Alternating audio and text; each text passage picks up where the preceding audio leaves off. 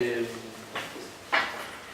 soy ingeniero agrónomo, trabajo desde el año 98 en la zona de Río Cuarto, al sur de Córdoba.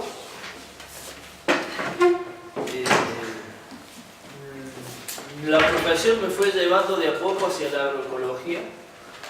Si bien yo no había ni siquiera escuchado esa palabra durante mi carrera, siempre mis vínculos con la naturaleza y mi sensación de rechazo hacia la forma que se estaba produciendo la agricultura me llevó a ir conociendo experiencias, a formarme en esto de cómo producir sin este modelo del que estábamos hablando, sin agroquímicos, sin transgénicos, sin fertilizantes derivados de la industria química, sin confinamiento animal.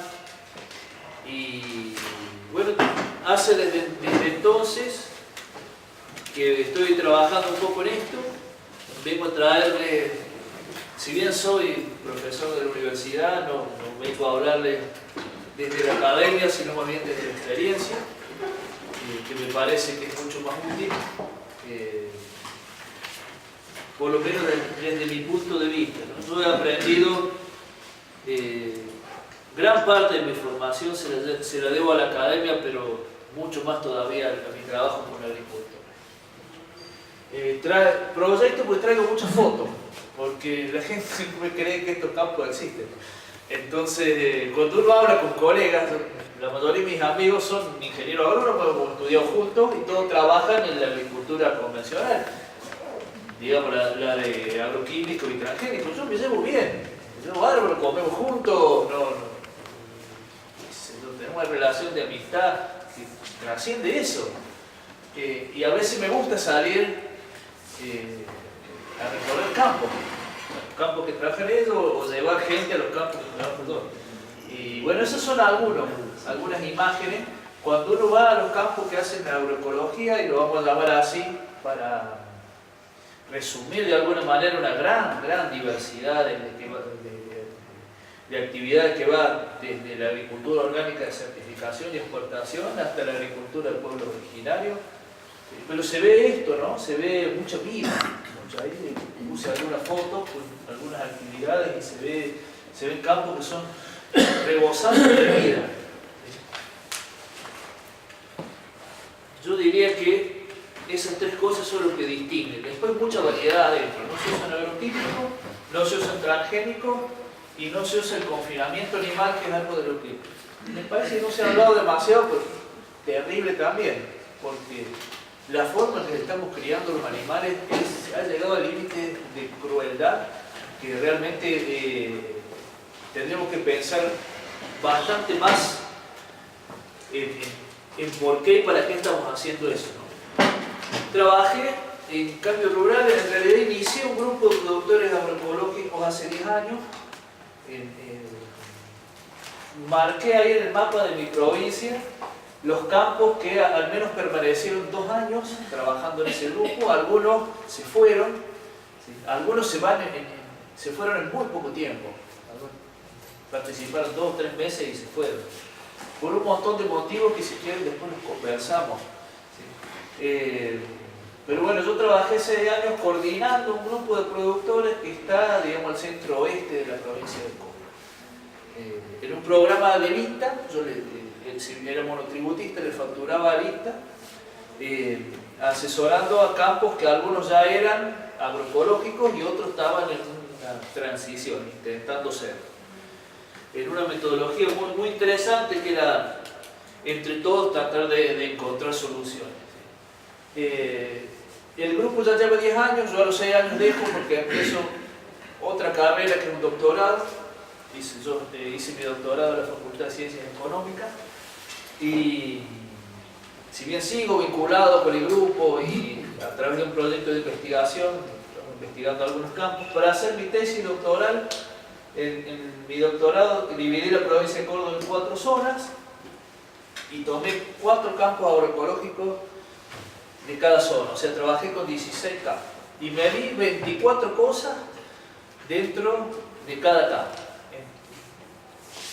cosas que son algunas ambientales, otras sociales y otras económicas. Así que voy a hablar un poco acá de todo esto, de mis años de trabajo como asesor, de mis años de trabajo como investigador, de las cosas que me di, espero que me dé el tiempo.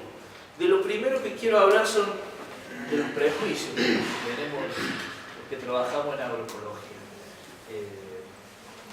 Que casi toda la gente más vinculada, incluso en el campo, tiene una serie de prejuicios o de concepciones que la mayoría no pasan de eso, ¿no? Un prejuicio en el sentido de que es una idea, por lo general negativa, sobre algo de que se conoce muy poco.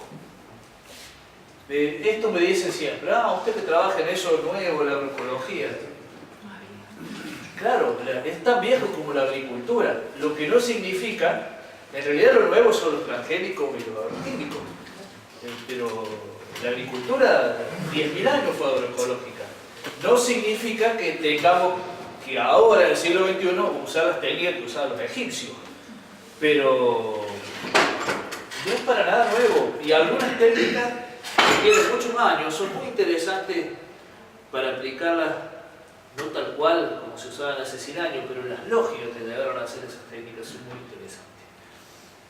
Otro prejuicio es que es un movimiento muy desarrollado en Europa y en Estados Unidos, que acá casi que va, ya vamos a ver que no es así, que es solamente aplicable a huertos o a predios muy chicos. La gente tiene una idea, por lo general, con esto de que tampoco es un negocio rentable. Hay una idea de como que es algo de hippies o no sé, sí, o un hobby, algo así, ¿no? Decir, bueno, tienen unas hectáreas, no usan agroquímicos, si rinde o no rinde es lo mismo. Y yo lo pongo en el plano de, y que los principales obstáculos son los insectos. Que también cualquiera que haya hecho agroecología sabe que no es cierto, pero bueno, está muy instalado. Le decía que lo pongo en el plano del prejuicio, porque si bien agarren probablemente a cualquier ingeniero agrónomo o a cualquier productor rural, pregúntenle sobre la agroecología y le van a decir algo parecido a esto, seguramente. Le va a decir, bueno, que rinde menos, que es para predios chicos, que no, que es poco rentable. Sin embargo, la enorme mayoría, por no decir todo, para no generalizar, pero la gran mayoría no conoce un solo campo agroecológico, no ha hablado con un solo productor agroecológico, pero tiene la idea de que esto es así, de que rinde menos, de que no es rentable. Así que por eso estuvimos muy interesados en medir algunas cosas. Esa es una captura de pantalla que hice de la página del INTA. Es sobre un campo al sur de Buenos Aires, un campo que se llama La Aurora, que tiene 700 hectáreas, y hace más de 25 años que no usa agroquímicos, pero lo traje para que vean el título, el equilibrio entre ser productivo y sustentable. Es una nota con las mejores intenciones, habla muy bien del campo, pero el título encierra un prejuicio, que es que para ser sustentable hay que ser menos productivo, o para ser productivo hay que perder sustentabilidad.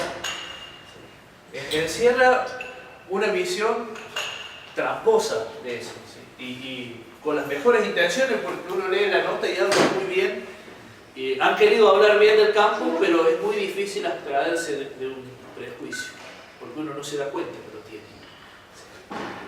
Estamos llenos de prejuicios que los podemos mejorar o los podemos salirnos de ellos una vez que tomamos conciencia de que los tenemos. Mientras no tomamos conciencia es muy difícil. Algunos datos de la agricultura orgánica. La agricultura orgánica es la única de que tenemos datos. La agricultura orgánica es la que certifica, la que una empresa le pone un sello. Por ejemplo, una empresa que vende, bueno, agua no, pero hierba, ¿sí? Orgánica, ponen un sello, producto de la agricultura orgánica, se certifica. Hay un movimiento argentino de producción orgánica, un instituto internacional que agrupa 170 países, y de eso hay datos porque está certificado, ¿sí? De eso, de las 43 millones de hectáreas que hay en el mundo, el 8% corresponde a Argentina, que es el segundo país del mundo en superficie. Pero solamente de los certificados. Los que no certifican, no se sabe cuántas hectáreas más hay de esto. El grupo Cambio Rural que trabajé yo... Perdón, para dimensionar ese número, comparado con por ejemplo, 48 millones de agricultura orgánica, comparado con cuánto de la agricultura tradicional. Y en el mundo no sé, pero no sé cuántas hectáreas agrícolas hay, la verdad. Pero en Argentina hay tanta superficie de producción orgánica como superficie de maíz, por ejemplo. En esto entran todos los campos patagónicos que son orgánicos, que son ganaderos de miles de hectáreas, ¿no?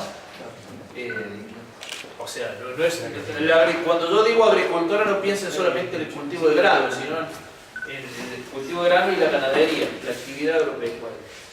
Esos son los datos del mundo.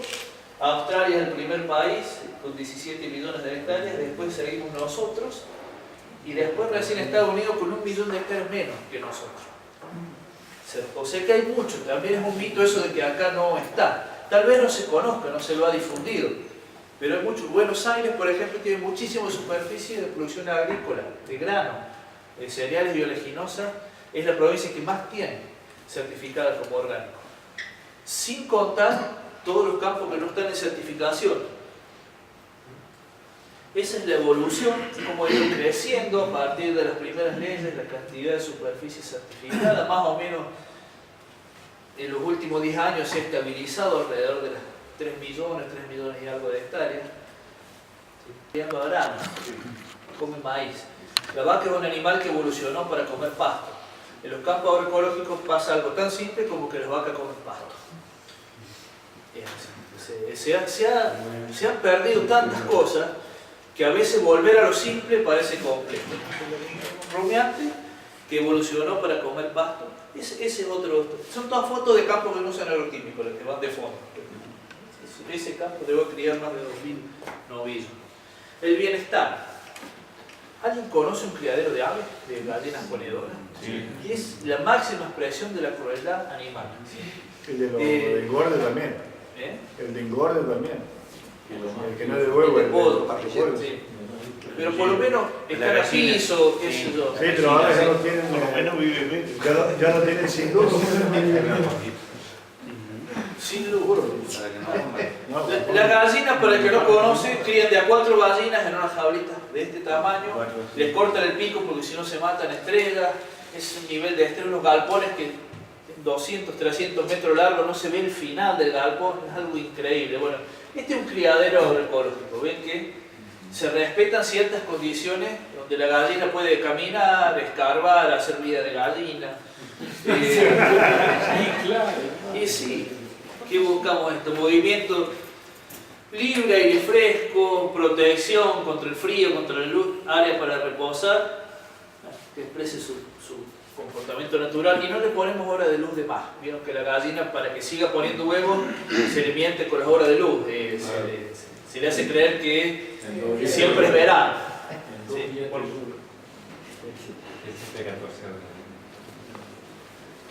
y con la sanidad, que es algo que siempre se pregunta, tratamos de trabajar desde la prevención, con todo esto que expliqué, el animal comiendo bien, respetando sus hábitos. Hay algunas técnicas sencillas como que son los monosales. La monosal es, se le pone, no traje foto, pero en una batea con compartimientos, como un comedero, se separan, por ejemplo, se le pone cobre, zinc, todo separado. Es increíble cómo la vaca come lo que necesita, un día va y lame el zinc. Y al cobre no le lleva el apunte. A lo mejor después de 5 días lamiendo el cobre. Saca lo que necesita y con eso se enferman muchísimo menos. O sea, trabajamos la salud desde una cuestión básicamente preventiva. El animal sabe, el animal tiene ese instinto de buscar lo que necesita. No obstante, algún animal de vez en cuando se enferma. Las vacunas son obligatorias, es decir, por ser agroecológico no podemos no vacunar aftosa. Aplicamos todo el plan de vacunas obligatorias, lo que no usamos es antibióticos. Aunque sea negocio. Sí, pero bueno, estamos dentro de lo obligatorio del país y bueno, se incluye. El antibiótico no. ¿Qué significa esto? Si una vaca o un animal se le corta con un alambrado y se infecta, no lo vamos a dejar morir. Lo tratamos con antibióticos, pero lo descartamos del sistema. Lo mismo, hay un trabajo de selección que se hace tratando de que el animal que se enferma, que es más propenso a enfermarse, no deje descendencia. No voy a dejar las terneras de esa vaca que probablemente hereden esa facilidad de enfermarse, sino que los voy descartando. Bueno, algunos campos, ¿voy bien con el tiempo? Sí. ¿Voy bien con el tiempo? Con el tiempo. Ah, bueno. Les voy a mostrar algunos campos, de cada campo de esto hay para hablar muchísimo, pero bueno, este es mi amigo Willy, en Río Cuarto. Este campo tiene 3 hectáreas que hace básicamente fruta y horticultura. Ven ahí está la horticultura entre los frutales. Con algunos invernaderos. El muchacho este vende ya todo directamente al consumidor en bolsones. Tiene su grupo de clientes y hace un bolsón con lo que saca, lo que haya en la huerta y vende. Este es Alpa Corral, esto es las sierras de Córdoba. Es un campo que ha integrado el monte nativo, que es monte espinoso, con la ganadería de cría, la apicultura, porque el monte da muchísima flor, y la plantación hortícola, fruta y hortícola. En ese tiempo que saqué las fotos hacía más frutita, ahora hace un poco menos frutilla y más aromática, y tiene algunas hectáreas agrícolas donde casi siempre hace maíz para los animales.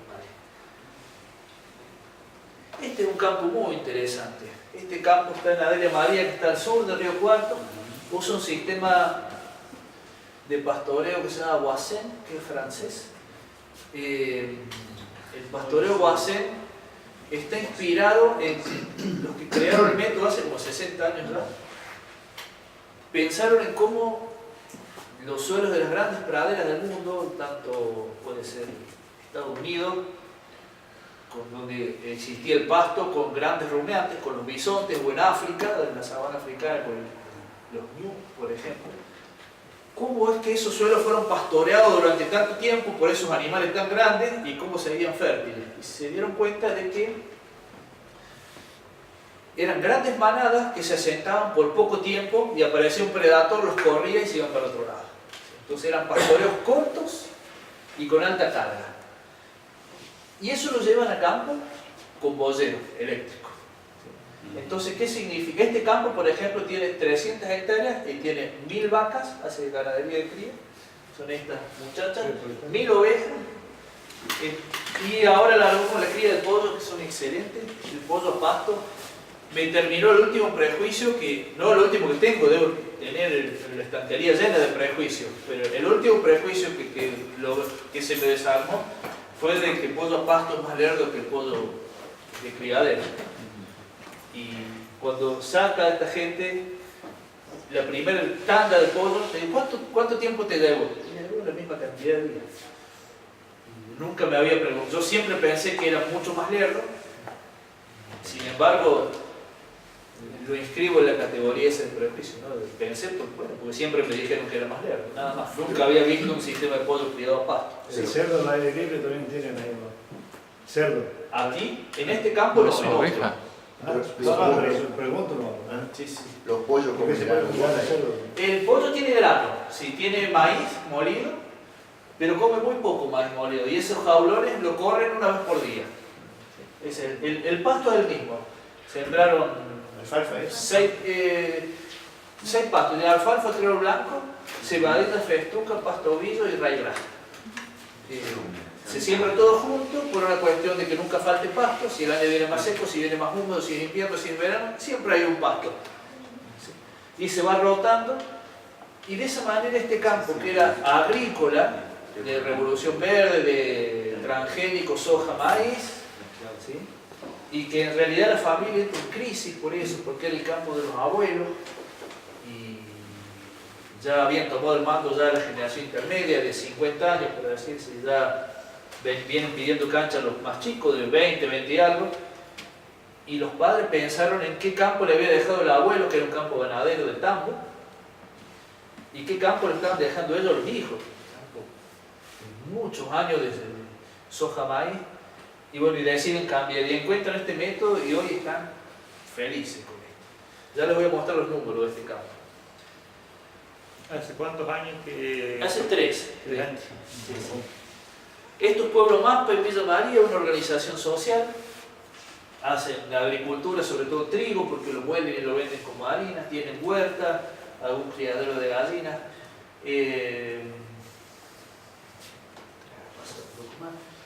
Eso es un campo que mezcla la agricultura extensiva con la horticultura. El producto estrella de este campo es la papa. Es muy difícil producir papa agroecológica. Este hombre llegó a producir un gran productor de papa, de ajo, como ven ahí. Esta es una huerta en Villa General Belgrano. Lo que ven allá es un cultivo de amaranto, ¿sí? Que tiene muy buen valor comercial, ahí se está secando, tiene buen manejo con invernadero. Creo que después siguió otra huerta ahí cerquita en Amboy, que está también en la Sierra de Córdoba. Tiene una plantación grande de frambuesa. Todos estos campos no usan ninguno, ni agroquímico, ni transgénico, ni confinamiento animal. Esta es otra huerta, este tiene media hectárea, que les decía, otra huerta de las Tapias, ya en el valle de Tras la Sierra, tiene un almacén que ven ahí está sobre la ruta, entonces es como doble propósito, ¿no? Vendes derecho al consumidor. y captó la oportunidad. Vos sabés que vienen de otros pueblos, por ejemplo, yo nunca hubiera pensado, ¿sabes cuál es el producto principal? La rúcula. La rúcula. Sí, vendo muchísima rúcula. Vienen de otros pueblos a comprarle rúcula. Sí, pero bueno. Se usa. Está un poco de moda también. Entonces, bueno. Acá está el campo. ¿Quién preguntaba por los chanchos? Este es un campo en Inrivilla, que está bien al este de Córdoba.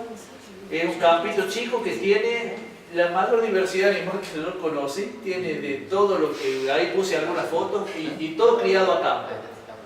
Cabra, vacas, ovejas, chanchos, tiene patos, gallinas, gallinetas, pollo. El productor le gusta muchísimo eso. Y los chanchos siguen pastoreo.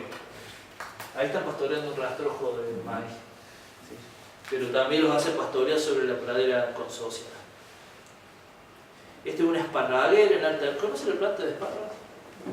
De espárrago. La planta de espárrago, hacer espárrago orgánico es algo sumamente sencillo. El espárrago no compite muy bien con las malezas, esa mata.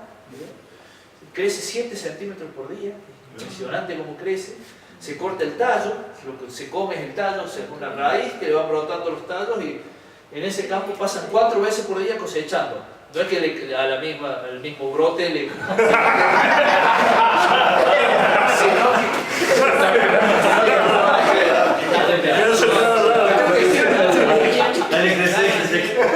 Tienen cuadrillas que pasan, no sé, a las 10 de la mañana, a la 1, así, en horario fijo, y bueno, si ven algún tallo que todavía no tiene la altura, lo dejan y lo cosechan al último, por ejemplo. O sea, es algo que crece. Producirlo de manera agroecológica no tiene grandes secretos. Este campo tiene una planta procesadora y ahora le ha incorporado algo de horticultura para diversificar. Tiene 40 hectáreas. 40 hectáreas de espárrago es un campo enorme.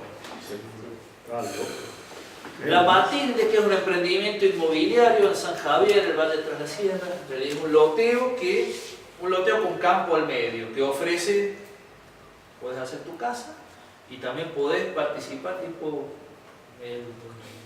con parte de la acción, con acciones. Interesante. Bueno, tiene 3 hectáreas de viñedo, huerta, un tambo de cabras que anda muy bien. Bueno. Y ahora si me queda un poco de tiempo les cuento algunos datos de mi tesis. Seleccioné 12 campos, como les decía, que están ubicados. Traté de abarcar la mayor diversidad ecológica de la provincia. Por eso delimité, no la delimité yo, tomé una delimitación de colegios profesionales de ciencias económicas de Córdoba y medí 4 campos en cada zona. Esos son los campos, no importa, pero para que vean, el más grande tenía 300 hectáreas, el más chico tenía media hectárea y medí un montón de cosas. Estas son algunas económicas, el empleo, la especialización. La especialización es de todos los ingresos, cuánto depende del ingreso principal, que es un riesgo de los campos. Porque por ahí uno va a estos campitos y dice, hace un montón de cosas, sí, pero a lo mejor el ingreso el 80% del ingreso depende de una sola cosa, entonces no es tan diverso el cambio, es diverso para la foto, ¿entiendes? Pero eso, estos números la idea es que están pensados para ayudarlo al productor a corregir algunas cosas, a veces no es consciente de esto. Digo, mira, está todo muy lindo, pero el día que se te caiga el precio, del cual depende el 80% del ingreso, va a tener problemas. Y medí dos indicadores que a mí me parecen muy importantes, el margen bruto por hectárea y el margen bruto sobre costo directo. Sobre todo el primero, el margen bruto es la diferencia entre los ingresos y los costos de una actividad. A lo que gano le resto lo que gasto. Y lo divido por la cantidad de hectáreas para poder comparar. Porque si no, si alguien ganó 100.000 pesos y otro ganó 2.000, si no tengo la cantidad de hectáreas no me sirve de nada. Pensé que el de 2.000 tenía una hectárea y el de 100.000 tenía 1.000.000 de hectáreas, no sé. A todo, de las 24 cosas que medí, que no les voy a contar de todo, pero a todo les puse un valor mínimo de 1 y máximo de 5 para poder sacar conclusiones. Por ejemplo, medí la incorporación de materia orgánica al suelo. El campo que no incorpora nada, sacó un 1. El campo que incorporaba al máximo, sacó un 5. Y así en niveles intermedios. Y medí algo que le llamé sustentabilidad, que bastante hablado. Y lo que les quería mostrar es que el valor promedio de todas esas 24 cosas me dio un valor promedio de 4 en los 16 campos. O sea que son campos que dieron valores altos prácticamente en todos los indicadores. Los que están abajo de la A a la O son los campos, no les puse el nombre por una cuestión de mi tesis de un secreto estadístico. Es decir, no lo puedo mandar frente a un tipo que dio información. Por eso los campos van de la A a la O, pero dieron números altos, el 5 es el valor máximo y hay campos que prácticamente uno podría decir que no tienen que cambiar nada, cambian re bien con lo que están haciendo. Y hay dos cosas que les quiero mostrar que me parecieron muy interesantes. El valor categórico del margen bruto por hectárea. El valor categórico es del 1 al 5. ¿Cómo lo calculé esto? Porque es muy difícil, porque acá tenía tambos de cabra, huertas, de todo, agricultura, ganadería. Y bueno, la provincia de Córdoba está dividida en departamentos. Tomé del departamento donde está ubicado el campo, uno va al Censo Nacional Agropecuario, el último, y tiene las actividades principales. Tomé las 4 principales. Vamos a suponer, para el departamento de Río Cuarto, era la soja, el maíz, la ganadería bovina de cría y la ganadería bovina de invernada. Tomé las 4 principales. Si el campo que yo evalué, el margen bruto por hectárea de ese campo era mayor que las 4 actividades, sacaba una nota de 5. Si era mayor que 3, sacaba una nota de 4. Si era mayor que 2, sacaba una nota de 3. Y así, si era menor que las 4, sacaba una nota de 1. ¿Se entiende? Sí. 14 de los 16 campos sacaron 5. O sea que 14 de los 16 campos, la ganancia que tuvieron por hectárea fue mayor que todas las actividades principales de la zona. La ganancia de un campo de Río Cuarto ecológico dio más plata. Che, ¿no es que era poco rentable? Que la soja, que el maíz, que la ganadería de cría y que la ganadería de invernada. En todos los campos de Río Cuarto, que son estos 4. Ya le di un dato ahí. Y los otros 2 campos sacaron valor de 4, o sea, fueron mayor, de las 4 actividades de la zona fueron mayor que 3. O sea, también son números muy, muy interesantes para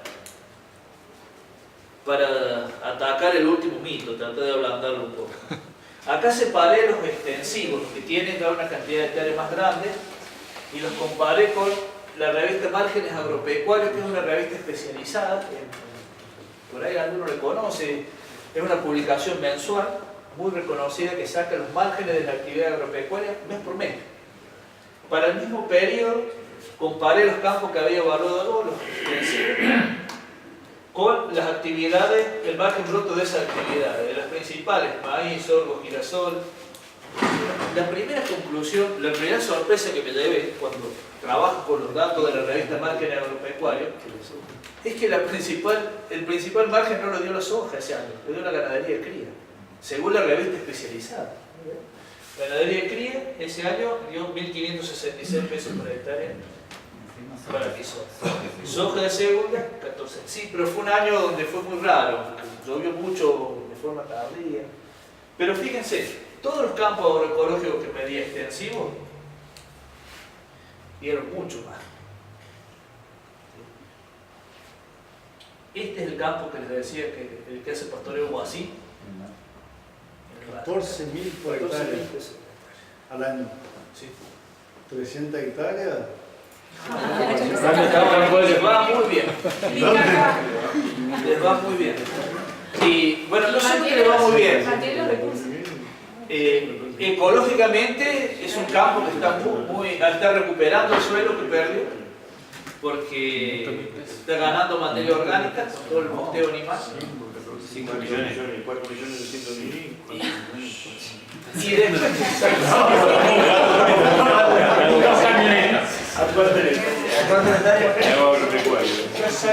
después hay otra cosa, el productor me decía, el productor que es veterinario, le encantan los animales, me decía, bueno, haciendo agricultura yo, todo, y después vendíamos, y algo quedaba de eso, pero ahora veíamos pasar un montón de plata. Y dice, lo que más nos llamó la atención en los primeros años es que no gastamos, y ahí está el secreto de esos márgenes, no porque ganen mucho más en bruto, sino porque no gastan. No compran semillas, no compran fertilizantes, no compran agroquímicos. Cuando vos te das cuenta, gastan un poco de gasoil, no gastan más nada. Entonces, la ganancia, aún en algunos casos que le rinda menos, que en algunos casos se ha dado, la ganancia siempre es mayor. Siempre es mayor. El riesgo es menor. El riesgo porque es si mucho vos, menor, es como el cultivo de trigo y lino, haciéndolo como nosotros lo hacemos, con químico y todo, ¿no? O sea, como lo está haciendo hoy, en la mayoría, digamos. El lino vos tenés margen pequeño de ganancia, pero regás menos. Sí. Si vos tenés una piedrada, te va a tumbar todo el trigo y te ordina de la misma manera. No es porque sea trigo no te lo va a tumbar, pero vos perdés menos. Y es mucho más estable. Sí. Mucho menos.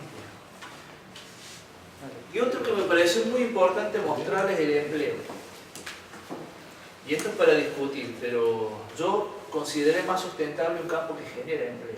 Porque uno de los problemas principales del campo es que se ha transformado en una fuente de desempleo. Este dato son las hectáreas por puesto de trabajo. A ver, lo voy a intentar explicar. Tomando los de Río Cuarto, por ejemplo. En Río Cuarto hay un puesto de trabajo cada 382,5 hectáreas. En los campos convencionales, que son estos. Los rojos son los extensivos. No importa. Estos cuatro son los campos convencionales de Río Cuarto. Cada 382 hectáreas hay un puesto de trabajo. Pero fíjense en los agroecológicos. Cada 75 hectáreas un puesto de trabajo, cada 87, cada 34. Son campos que generan mucho más empleo. 4 o 5 veces más. Sí. Y si se fijan, el patrón se repite prácticamente en todos, ¿no? Son campos que generan empleo y que, pensando en una cuestión social,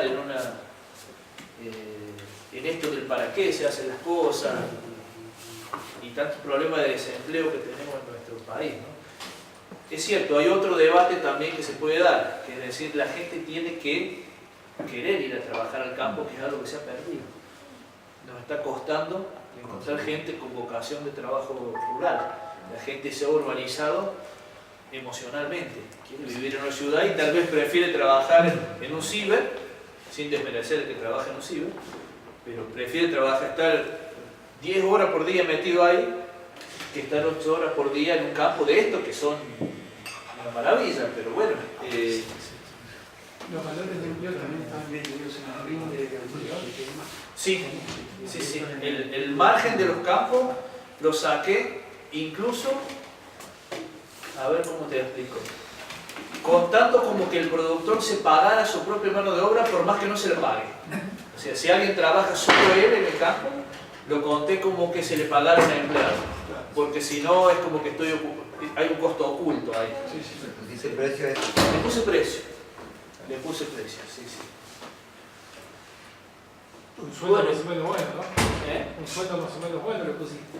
Le puse un sueldo de capataz, de una revista especializada ya que es la marca Líquida, que publica también los sueldos, yo no me acuerdo cuánto era, porque son datos del periodo 2014-2015, pero le puse un sueldo de capataz proporcional al que trabajaba todo el día, le puse uno, por ejemplo, trabajaba, algunos me decían, mirá, yo trabajo mediodía o el 60%, bueno, lo fui poniendo, pero siempre manejándome con sueldo de capataz.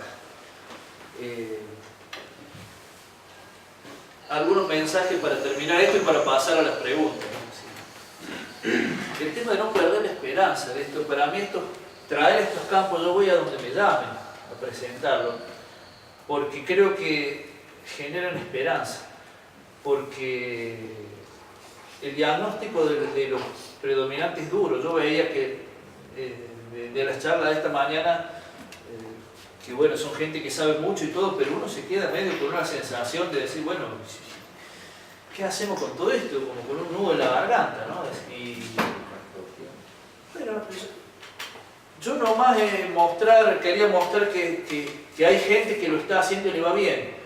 No significa que a todo el mundo que lo haga le va a ir bien, porque se puede ir mal también con esto, ¿sí? Como cualquier actividad humana, como cualquier cosa. Pero que es un camino que para mí es muy esperanzador, porque los resultados son muy buenos. El mejor resultado que no se puede medir, que lo hablábamos con algunos en el almuerzo, es el interno de cada productor. Es algo que uno ve que han cambiado tanto, para mejor, ¿no? Que se sienten gente.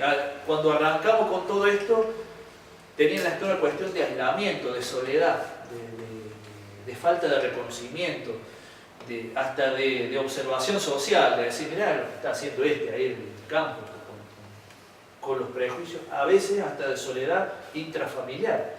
Es decir, a veces en la propia familia pasa que, bueno, hay ideas diferentes y a veces uno no te acompaña, pero ¿por qué no alquilás para soja y listo? ¿Sí? Y bueno, el cambio, el poder vivir en paz con lo que uno hace, la satisfacción que uno ve en el productor en poder ofrecer un alimento sano, o sea, porque también se vive, yo coincido con lo que decías vos, y la agricultura es el primer afectado en esto, pero el que aplica un veneno, que es consciente de lo que está aplicando, no quisiera, pero lo que pasa es que a veces, bueno, estas cosas no se conocen, no hay apoyo, hay un montón de variables ahí al medio, ¿no? Pero el sistema te lleva, no conoces, no podés salir, vivís muy el día a día, no hay número, nadie difunde estas cosas, o hay muy poca difusión. Pero bueno,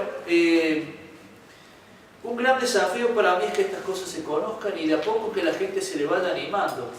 Y hay cosas que son increíbles, por ejemplo el miedo a las plagas, que eso se pierde. No hay gran problema de manejo de plagas cuando el campo está estabilizado, ¿no? Bueno, y la última frase, a mí siempre me gusta dejar un mensajito de otro, en este caso de Einstein, que decía que es muy difícil resolver los problemas pensando de la misma manera que los creamos. Entonces, porque digo que hay veces que se buscan mucho las salidas desde el mismo lugar que originaron los problemas, y es muy difícil que quien fue parte del problema también te venda también el problema y la solución al mismo tiempo. Se intenta a veces, pero yo creo que no es fácil, por otro lado, pensar distinto, porque es un cambio que uno tiene que hacer interno, ¿sí? Con alguien también hablábamos en el almuerzo de cuál era el principal cambio. El principal cambio no es técnico, las tecnologías las encontramos, las hablamos, pero el principal cambio está dentro de uno mismo, en decir, bueno, a ver, ¿qué hago con esto? ¿Y qué estoy haciendo? Y pensarse un poco distinto, y a veces la gente llega por distintos caminos a esto, y a veces llega más de golpe, pero también es muy útil el que llega dando pasos cortos. Decir, bueno, a ver, yo trabajo mucho al menos con los pasos cortos. Decir, bueno, hagamos un lote, probemos este año, hagamos maíz como lo venía haciendo, y hagamos un lote del maíz de mi amigo sin fertilizante, probemos con los fertilizantes estos líquidos que están más, a ver cómo te va y después sacamos las cuentas. Y ya con un año sacado las cuentas, ya es otro cantar.